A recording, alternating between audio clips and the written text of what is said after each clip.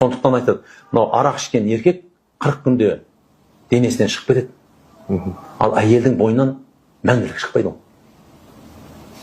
Неге? Ер адам топырақтан жаралды, әйел еттен, сүйектен жаралды. Қабырғамыздан жаралды әйел. Енді қараңыз, бір ғалымдар осыны зерттеген екен.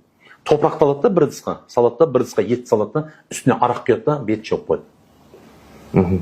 Бір аптадан кейін ашса, еттің сасығаны соншалықты адам жақындай алмайды. Еш жеуге жарамайды, тұз сепсең де ол қайтып орнына келмейді. Топырақты ашып қалса, су сіңіп кеткенде спирт ұшып кетеді ғой. Топырақ ардай пайдалануға жарайды. Міне ер адамды топырақтан жаратқаны 40 күнде денесінен шығып кетеді деген сол. Ана ет сасиды ғой. Әйел ғой ол, ет пен сүйектен жаралған. Ол бір сасса қайтып кетпейді. Міне сондықтан 100 грамм ішті ма, сен сол қызды алдың ба, сол 100 граммның зардабы сенің балаңмен шығып отырады, туылған балаңмен шығып отырады. Осыны түсіндіре алмай жатырмыз қазір. Осыны айту керек.